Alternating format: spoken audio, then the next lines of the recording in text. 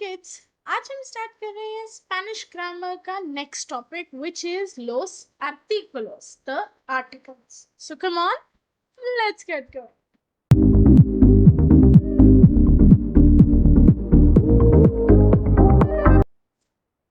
¿Qué vamos a hacer? So क्या क्या cover करेंगे आज हम? First we'll understand about el sustantivo which is the noun. Then we'll talk about los artículos determinados, which are the definite articles, or in English as we call is the. Okay. उसके बाद we're going to talk about los artículos and determinados, the indefinite articles and some. And finally, we will do some exercises, los ejercicios. So let's begin with el sustantivo, which is a noun. तो अब noun होता क्या है बच्चों? एक noun in Spanish या तो वो मैस्कुलिन होता है या फेमिनिन. बहुत सारे फैक्टर्स होते हैं जो आपको हेल्प करते हैं डिसाइड करने में कि एक नाउन का जेंडर क्या है, उसके मीनिंग के बेसिस पे, ओरिजिन के बेसिस पे, या कई बार उसकी एंडिंग्स के बेसिस पे. तो हर नाउन का एक ग्रामेटिकल जेंडर होगा, मैस्कुलिन या फेमिनिन, एल नीनियो, ला नीनिया. When we refer to number, number का मतलब क्या है बच्चों कि नाउन सिंगुलर है या प्लूरल. एल लिब्रो, लोस लिब्रोस. अब ये इंपॉर्टेंट क्यों है फिगर आउट करना कि नाउन का जेंडर और नंबर क्या है? बिकॉज उसी के बेसिस पे तो करेक्ट आर्टिकल लगाओगे. अक्सर गलती यही करते हो, पता ही नहीं होता नाउन मैस्कुलिन है, फेमिनिन है, सिंगुलर है, प्लूरल है, कोई भी आर्टिकल कहीं भी लगा देते. इंग्लिश हमारी सॉर्टेड है, द लगा दो सबके साथ, अ एन लगा दो सबके साथ, बट स्पेनिश ध्यान रखना पड़ता है. ठीक. सो जेंडर कैसे आइडेंटिफाई करते हो आप? अगर कोई भी नाउन ओ किसी कॉन्सोनेंट, मापा से एंड हो या फिर वो एक फॉरेन वर्ड हो, वो होते हैं masculine singular nouns. Okay, generally exceptions हमेशा होते हैं. इसी तरह कोई भी नाउन आ, इयन या आधे दूध से एंड हो तो वो होते हैं जनरली फेमिनिन सिंगुलर. अब नंबर कैसे आइडेंटिफाई करें? अगर वो नाउन नहीं एंड हो रहा एस सी एस से तो वो सिंगुलर नाउन है, पर अगर वो नाउन एस सी एस से एंड हो तो वो प्लूरल. आप देख सकते हो मेरे सारे एग्जांपल्स में आर्टिकल्स का यूज नाउन की एंडिंग्स के हिसाब से. तो आज हम वही फोकस करने वाले. Okay, so let's start with los artículos determinados y los artículos indeterminados. First we have on screen los artículos determinados, the definite articles. So हमारे डेफिनेट आर्टिकल्स बच्चों चार तरह के हैं इन स्पेनिश: एल, ला, लोस, लास. ट्रांसलेशन उन सभी का क्या है? द. एल लगेगा सारे मैस्कुलिन सिंगुलर नाउन्स के साथ, फॉर एग्जाम्पल एल चिको, द बॉय. ला लगेगा सारे फेमिनिन सिंगुलर नाउन्स के साथ, ला चिका, द गर्ल. लोस लगेगा सारे मैस्कुलिन प्लूरल नाउन्स के साथ, लाइक लोस चिकोस, द बॉयज. एंड लास्ट लगेगा सारे फेमिनिन प्लूरल नाउन्स के साथ, तो हो गया द गर्ल्स. इजी. आपको मेन फोकस रखना है कि आपकी नाउन को देखकर आप पहचान पाओ नाउन मैस्कुलिन है या फेमिनिन, सिंगुलर है या प्लूरल. उस हिसाब से अपना करेक्ट आर्टिकल आपको पिक कर. एक एक्सरसाइज हो जाए. सो कम प्रतीक का. सो यहाँ पर आपको बहुत सारे नाउन्स दिख रहे हैं. ज्यादातर नाउन्स में जो मैंने रूल सिखाए हैं वो फॉलो हो जाएंगे. जिन नाउन्स के आगे इस तरह का मैंने स्टार बना रखा है, those are what we know as exceptions. Okay, इन नाउन्स को आपको याद रखना पड़ता है कि वो मैस्कुलिन सिंगुलर है या फेमिनिन सिंगुलर, मैस्कुलिन प्लूरल है या feminine.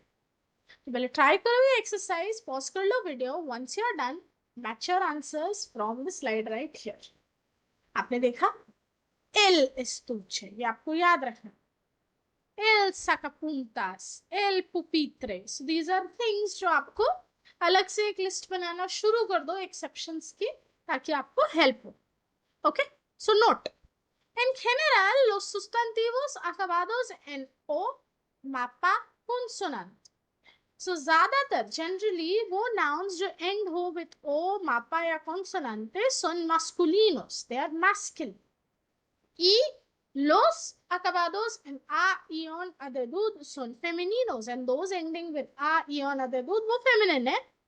Pero hay numerosas excepciones. There are a lot of exceptions, like el sofá, la mano, la moto, etc. Los acabados en e. So, अगर कोई नाउन आपका letter ई से and हो रहा हो, it could be pueden ser masculinos y o femeninos. La gente, el cine, el estudiante. So these are nouns जो आपको याद रखने पड़ेंगे. जैसे मैंने बोला, एक्सेप्शंस की लिस्ट बना. इसके अलावा there is one specific rule बच्चों.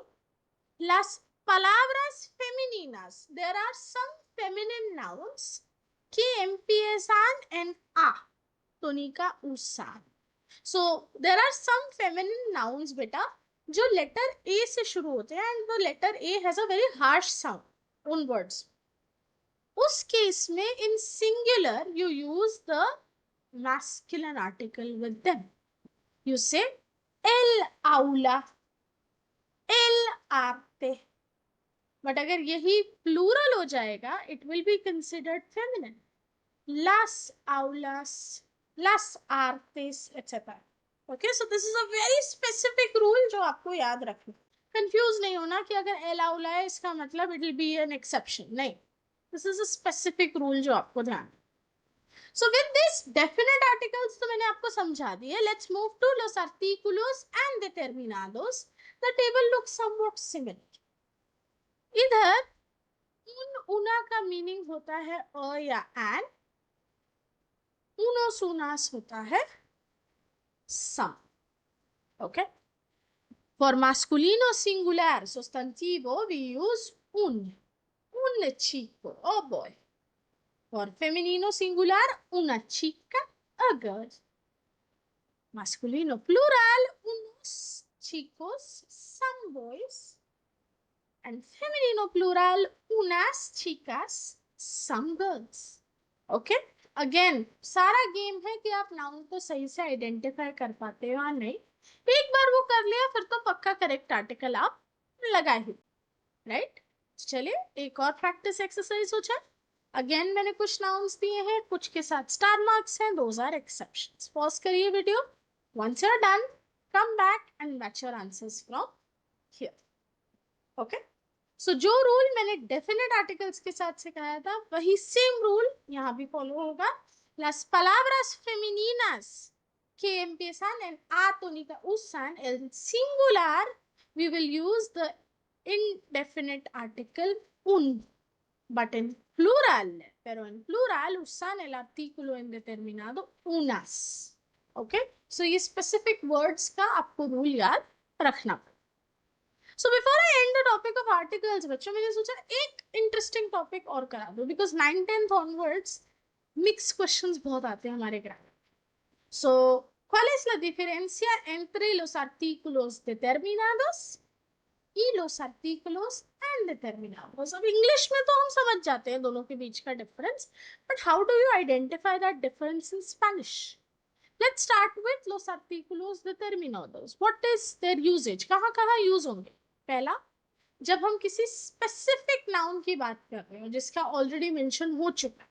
ओके, जब आप एक ऐसे नाउन की बात कर रहे हो दैट इज यूनिक या वन ऑफ अ काइंड, तब आप डेफिनेट आर्टिकल लगाते हो. And with days of the week, body parts और पर्सनल आइटम्स हमेशा आप डेफिनेट आर्टिकल स्पेनिश में यूज करते हैं. जहां तक बात रही इनडेफिनेट आर्टिकल्स की, क्या है उनके यूजेज? जब आप किसी न्यू या अनस्पेसिफाइड चीज का पहली बार मेंशन करो, या जब आप बात करो किसी जनरल कॉन्सेप्ट या आइडिया की, तब आप इंडेफिनेट आर्टिकल यूज कर सकते हैं. एंड इंडेफिनेट आर्टिकल कहाँ यूज नहीं करना? while telling jobs या कुछ certain specific words या इंग्लिश में तो आप यूज करो indefinite article like I am a teacher, but Spanish में you will not say soy una profesora, you say soy profesor. Okay, so this is the thing you have to remember. तो इन्हीं differences के base पे एक last practice exercise हो जाए. Try करिएगा sentence को ध्यान से समझ के फिर अपने आंसर लिखिएगा एंड जब हो जाए यहाँ से अपने आंसर्स को मैच कर लीजिए. सो इसी के साथ आर्टिकल्स का टॉपिक हुआ finish. Eso es todo por hoy. Nos vemos pronto, kiddos. Adiós. मिलूंगी नेक्स्ट टॉपिक के साथ. शेयर वर्सेस एस्पार. बाय.